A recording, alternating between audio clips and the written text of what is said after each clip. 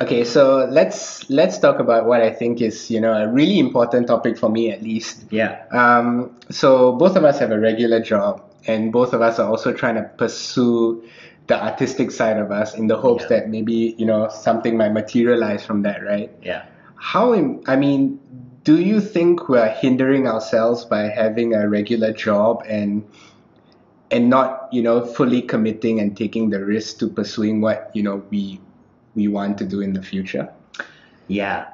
Big questions, I big know, I questions. know, yeah. I think about that all the time, because you know I commit to my regular job as well, and I work hard because a part of me fears that I'll never make it in this side, Mm, and so I need to hedge my bets on something a little bit more stable. yeah. But what I learned over time is that the and of course this isn't my situation now, but what I've learned over time is that when you get achieve comfort before you achieve your goals, you'll stop striving for your goals because you've reached a certain level of comfort that you're not willing to give up.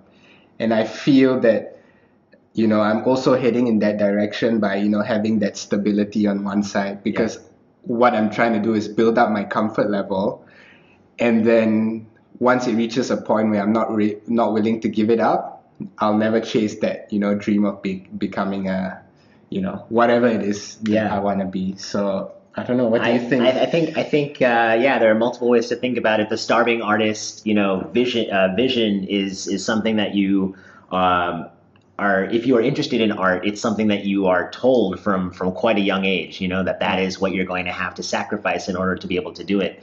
I think it's an interesting one because if you are intending for you to do your artwork full time, or whatever your artwork is, running could be your artwork, right? Yeah. But if you're intending to do it full time, what you are saying is that this is going to be commercially viable, and that's not something that we think about that often, but that is what you are saying.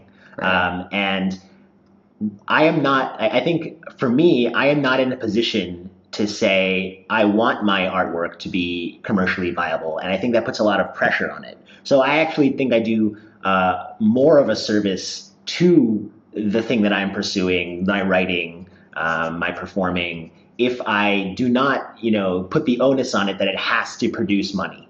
Right. And I Okay. think that is what allows me to do better work. I'm not stressed. I'm not so stressed out that I feel like I need to churn something out and it not be authentic. I can wait for inspiration to strike, for instance, as opposed to saying, no, I have to produce something, and I need it to be, it doesn't matter if it's terrible, and then I need to try to sell it. That's when you start getting away from, what we were talking about with self-promotion, what we were Yeah. talking about with internal motivation. It becomes all external motivation. It becomes all about the inauthentic promotion cycle. Right. But I think for me, being able to say, I have a job that is supporting me and I'm grateful for it, and it's giving my soul the ability to breathe, to do this other thing on the side.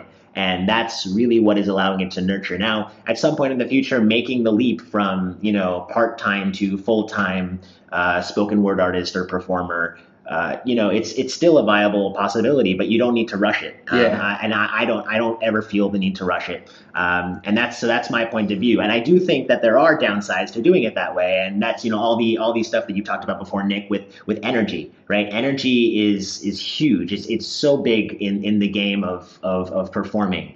And when I come back from work, I do not want to act the shit out of Yeah. this Yeah. part. I just want to relax and watch Netflix and order in from Food Panda. Yeah. Yeah. So like I totally hear that, and I think it's just everything in life when you're an adult becomes a system of trade-offs. And Yeah. so for me, the trade-off is, I need to find, tricky ways of getting around the energy situation, but that my artwork does not become something that has to produce money right away and support me. Yeah. And that, I think is a trade-off that I am willing to make, as opposed to going about it the other way, where I feel like I'm living a riskier life but I have more energy to devote to my artwork. And some people might go that other way. And there's nothing wrong with And there's that. nothing wrong with that. Yeah. Yeah.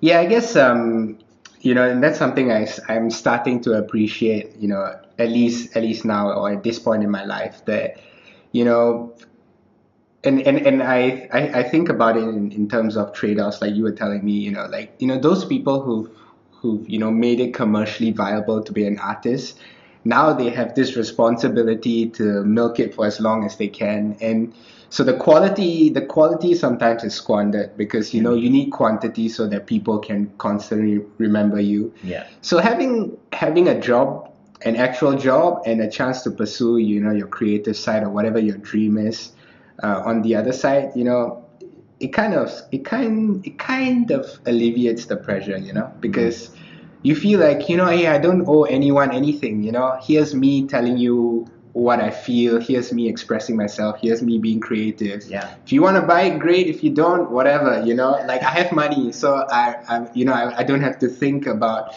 when if I'm gonna have dinner today, or stuff like that. I think that's the thing that we kind of forget, that we can be artists without having to think of it as a career. We can express ourselves and give value to people, and help people, or entertain people without worrying that if no one pays me, I'll never be able to do it. I mean, for me personally, I can't speak for everyone. I have other passions that I can pursue that is more commercial, much more commercially viable, rather. And so I can capitalize on that and still pursue things I want to pursue, without worrying about, if there's going to be a $10 note in my wallet. Yeah, exactly.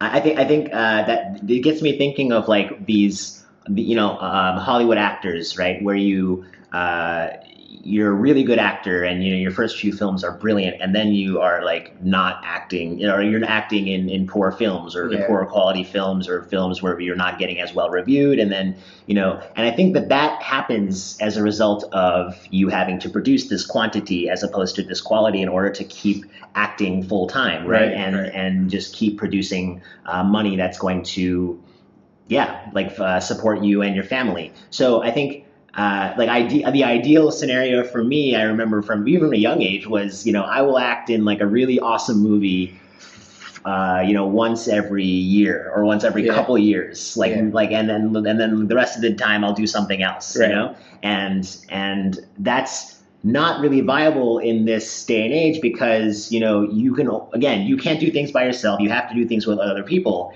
And so if you're going to have agents, or you're going to have publicists, or you're going to have people that are constantly working with you, and then they have their own commercially viable business, then you have a responsibility to support them by you working as well, right? Like if you have an agent, and you're telling your agent, I only want to work once every 2 years, your agent's like, well, you're fired. I don't need you. I'm not going to get money from you. And like that's how I'm making my business. So you do have that responsibility once you enter the commerce side of things when you're performing. Right.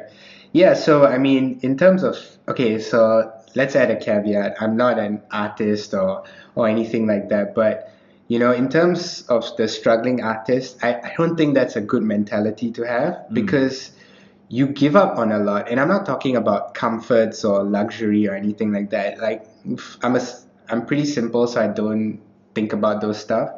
But when in terms of giving up on opportunity, what I mean is, there are so many other things that people might want you to be a part of, and you're going to say no because, I only want to be a writer. And that's fine if really that's all you want to be, but never close the doors, because we're humans, we have so many interests, and, why close the door when other people close doors for you all the time? Leave yours open and let other people close as and when they want. But when people open a door for you, and if it's something you're interested in, I don't know, I can't see myself convincing myself that I should say no, because, if it's something I like, and if it's something I'm going to get paid for, why not do it? Yeah, that's the sweet spot, right? Like that's the sweet spot. But if it's, then let me bring it down to another level. If it's something I don't like, but if it's something that gets me paid, but the trade-off is that I get a bit more time to do the things that I want to do, why not say no? Or why not say yes? Because I mean, in terms of trade-off, what you're trading off is time and opportunity. That's the most important thing I think about, at least, you know. Like money, you can kind of accumulate if you know how to live frugally. You can always accumulate to do the things that you want to do, but you always have to, or at least I'm always thinking like, okay, time and opportunity. That's the most important currency I have, you know. Yeah. Because with my unhealthy eating habits, I don't know how long I have on this earth. So yeah. So you just that's what I mean by me not believing in the struggling artist. Like, never pass up on opportunities by narrowing your focus. Is my philosophy. I'm not saying it's right, but if you only have one life, you want as many opportunities as you can, right? You don't want to just streamline it. Well, yeah, I would say I would qualify that by saying you'd want as many opportunities of value to you, right? Like if someone's giving me an opportunity to sell wallets in the market, I'm not just going to say yes to that because it gives me money. I think that there are people, and I've been lucky enough to meet a few of these people that they were born with a paintbrush, or they were born with a tennis racket in their hand, right? And that is the thing that they live and breathe, and more power to them for that. But I do think that is a minority. So we are speaking to the majority when we say that the struggling artist mentality is not something you have to conform to, right? In order for you to do your thing, whatever your thing is. And so that's I guess how I'd say that. And I mean, keep in mind, I don't think we have the right answer to this, right? I mean, it's just it's something that keeps me up at night sometimes. I mean, when I say keeps me up, it doesn't mean I'm stressed about it, but I think about it because if I have a regular job, how much time am I putting to the things that I want to do? And because I procrastinate a lot, and I'm lazy, and if I don't have a regular job, then maybe I would just focus the time when I'm actually on it to the things that might get me to where I want to be. But at the same time, I just wonder, like, is that realistic? Yeah, I mean, maybe you would just procrastinate and you wouldn't have any money. Yeah, exactly. And you wouldn't be able to have any doors open. So yeah, I totally hear you. That is something that it irks at you, and it continues to irk at you even after you are well on your way doing it. We're not on this path being like, yeah, we've taken the right path, but we see logic to this path, and that's the logic that I guess we're trying to espouse. Right, yeah. And it's possible, right? You have a regular job and you're gonna have a one-man show. So I mean, it's not impossible to get where you wanna be. So like, don't worry too much about that. Yeah, is what I would say. Don't worry is always a great philosophy for anything. Yeah. Well, isn't that the Bob Marley song, right? Yeah. So, that's truth, because he's wisdom right there. So.